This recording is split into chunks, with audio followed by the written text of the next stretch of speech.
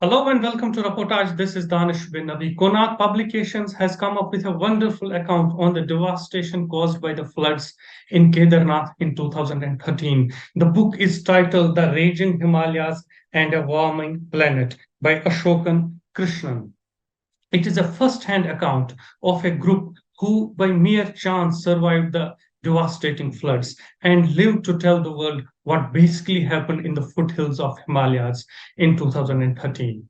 More from the author. Mr. Ashokan, you have come up with the first-hand account of the devastation that happened in 2013. And I guess this is the first such comprehensive book, what actually happened. And it is the first-hand account. Explain to the viewers Okay, yeah. how devastating was the situation at that time and what was happening basically on the ground.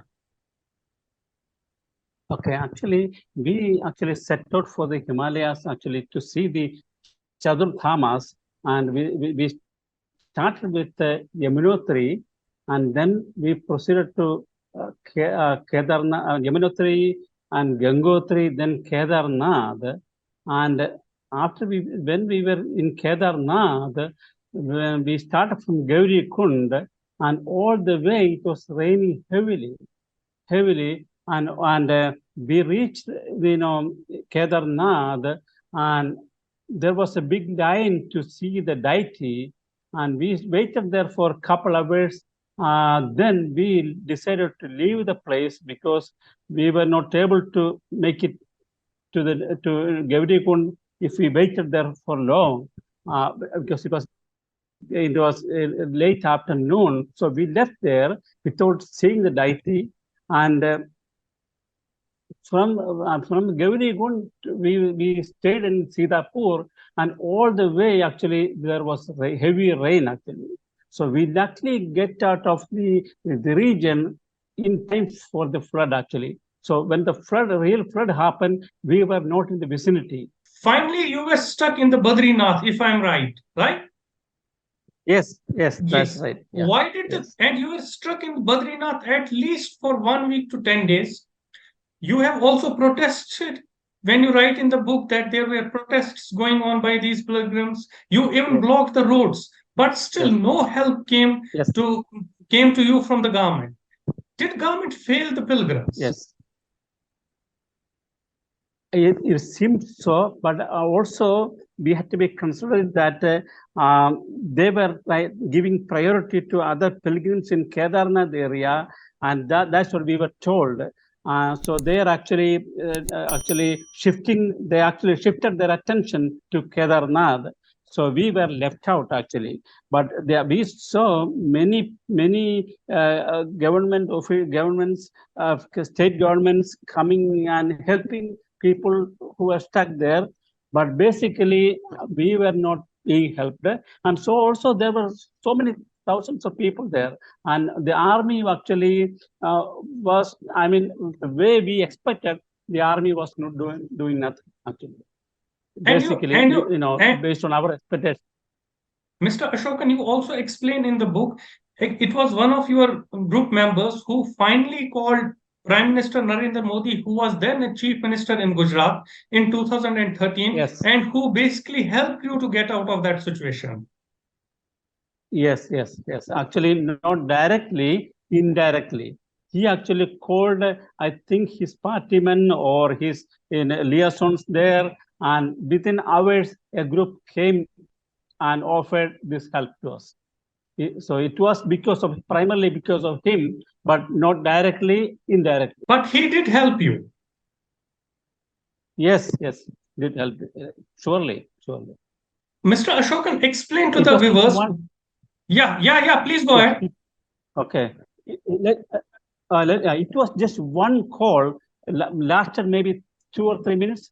But before that, our group leader, actually, his name is Swami Guru Prasad, and he was actually, at that time, actually, there were 4 ministers from Kerala. The defense minister, Mr. A.K. Antony, was from Kerala. Mullapalli Ramachandran, another union minister, was from Kerala. K.C. Venugopal was from Kerala. Kodikkunnu Suresh was from Kerala. So he tried to reach all of them. They offered their help, nothing materialized. they try, they said, they promised that help is coming, but nothing happened. And basically, it were the people from the Bharatiya Janata Party whom the Gujarat Chief Minister had approached, and because of that, you got out of that situation. Am I right? That's what we believe. Right. We didn't ask which party they belong, nothing like that. So I can really assure you that, but presumably that's what it is. Yeah. Mr. Ashokan, I completely get your point. Explain to the viewers what was the need of writing this book. What was the need? Why did you feel that you need to write this book? Okay, the primary reason, when I was in the United States for a long time, and when I studied for my degree, I took some liberal arts courses, also as part of that. At that time, that is the first time I got exposed to environmental science, and I studied earth science and environmental science, and I was actually able to know about.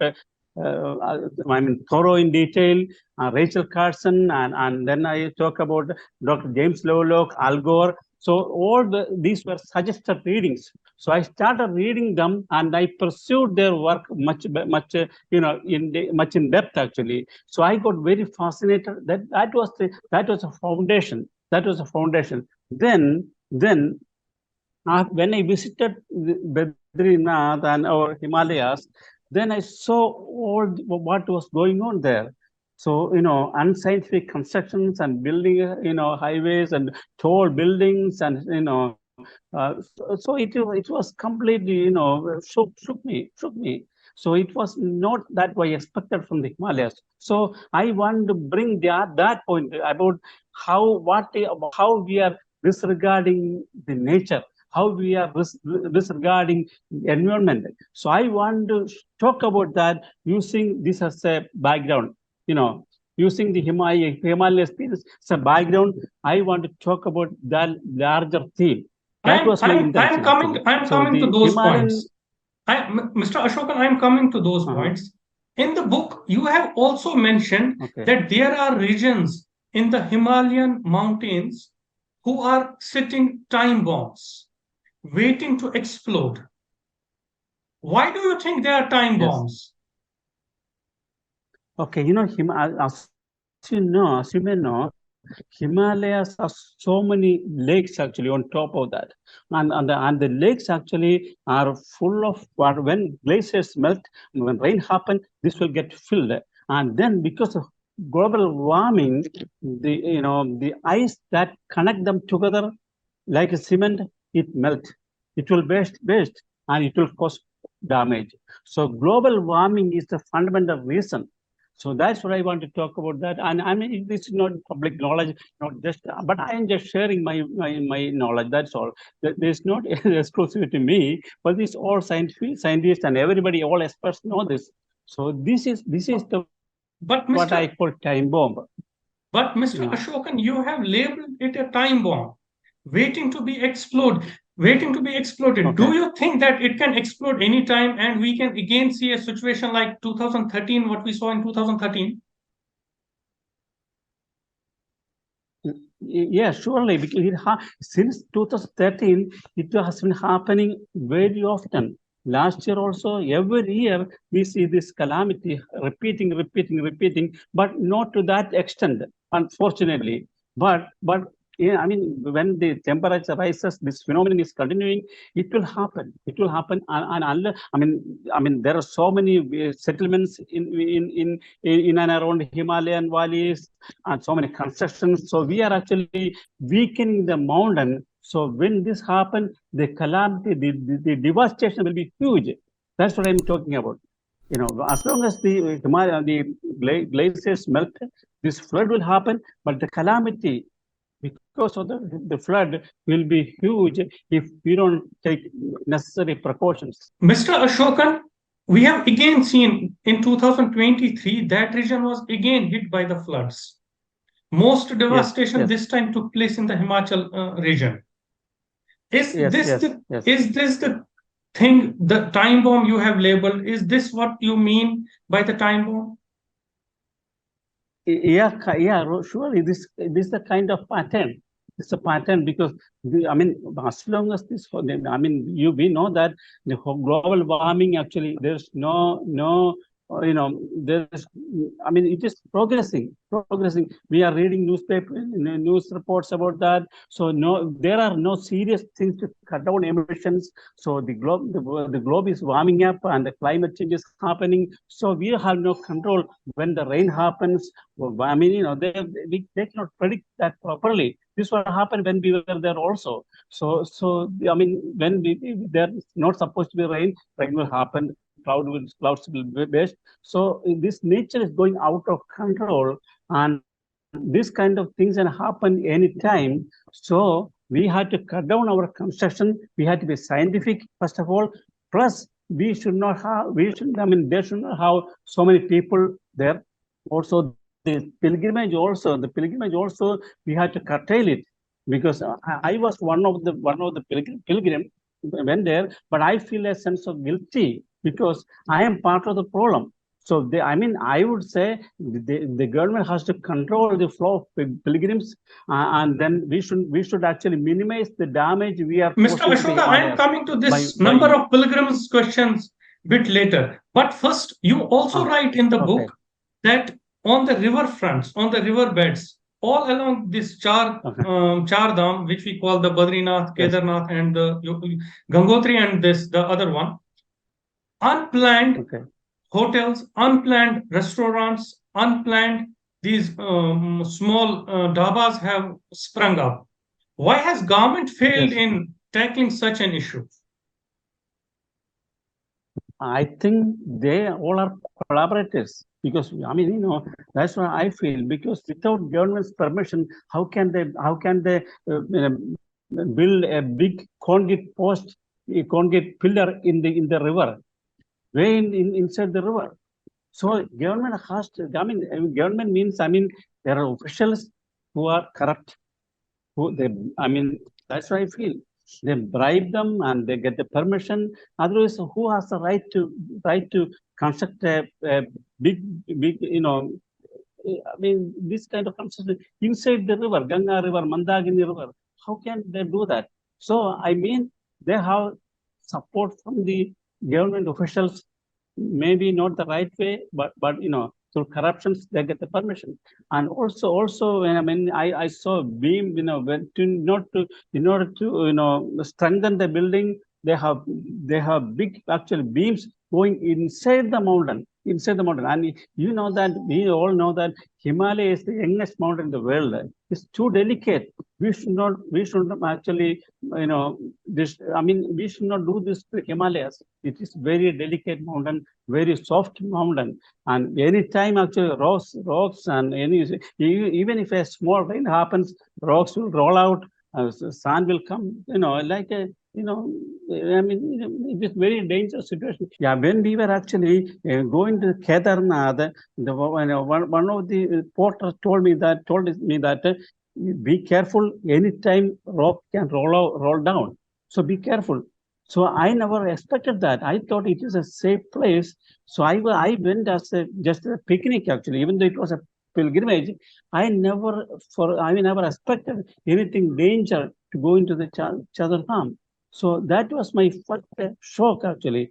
And they told me that the path to the Kedarnath was too narrow, maybe 3 feet or something like that. And beneath that, Mandakini, thousands of feet down. And he told me that be careful, rocks can roll down. It can actually, we can actually, it can cause us to go down to the river. So I never expected that. So it is that dangerous actually. So how can we build a big building in such a mountain?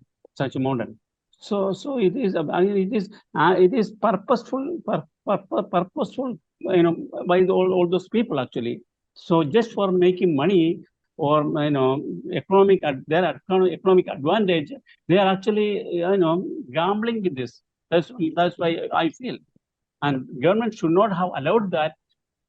Still, I was hoping that, I was thinking at that time, to be frank, no government can do anything right now. Only nature can do something. That's what I thought at that time sincerely. And then within 24 hours, this happened. Nature took everything away. Mr. Almost, Ashokan, not even if not everything, almost.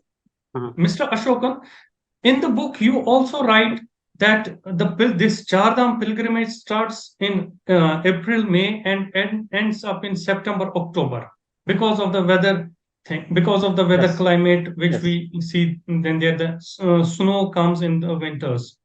Explain to me, Yes. isn't there a shouldn't there be a policy by the government so that there is a cap on the influx of the pilgrims going to that place? Is it necessary that lakhs and lakhs of pilgrims must visit that place? Cannot we get it down to numbers in the thousands so that we also take care of the ecological atmosphere in that region? Yeah, I feel strongly about that. I feel strongly about that because most people go there because they don't know the inherent danger. I am one of that. If I knew forehand, if this is this dangerous, I wouldn't have gone there. And people, first of all, they had to tell, I mean, they should control this. They should very much, I mean, there are strict controls. There's like we are going to Amarnath, they actually go to a health checkup or Kailas or Manasarovar, something like that. The government should curtail it. And the pilgrims, when the thousands of pilgrims go there, they had to find accommodation. There are so many things associated with that. So that is why they are building all these resorts in the Himalayas, all these hotels and all the shops, because there are so many. We have also seen the same thing in Kashmir, especially where this Amarnath pilgrimage takes place. The people in Kashmir, successive governments in Kashmir have been consistently saying this, that have a tap on the visiting pilgrimage, get it down to the thousands so that this fragile environment in these regions can be preserved. But no one listens. Yeah, I agree. I fully agree. That's what it's supposed to be. That's the way it's supposed to be. And you think that governments do Like not I said, listen to this? The main reason, I mean, government has so many interests. Actually, there are lobbying groups. In the practical, world, actually, they had to pay attention to all these groups. Actually, they cannot be idealistic. That's what I believe, because if they are pragmatic and they have to accommodate so many lobbying groups, and that's unfortunately that's what it is. But ideally, they should stop. They should control it. Not stop it. I won't say that, but control it. Himalayas should be a special secure area, and this kind of human traffic should not be allowed there. This kind of volume. Mr. Ashokan, I once again show this book to the viewers and the readers, and I hope this book reaches more and more people so that they know about how fragile our ecology is and how to preserve our environment. A pleasure talking to you, Mr. Yeah, Ashokan. surely. And also, please subscribe to our channel Reportage and press the bell icon to remain updated.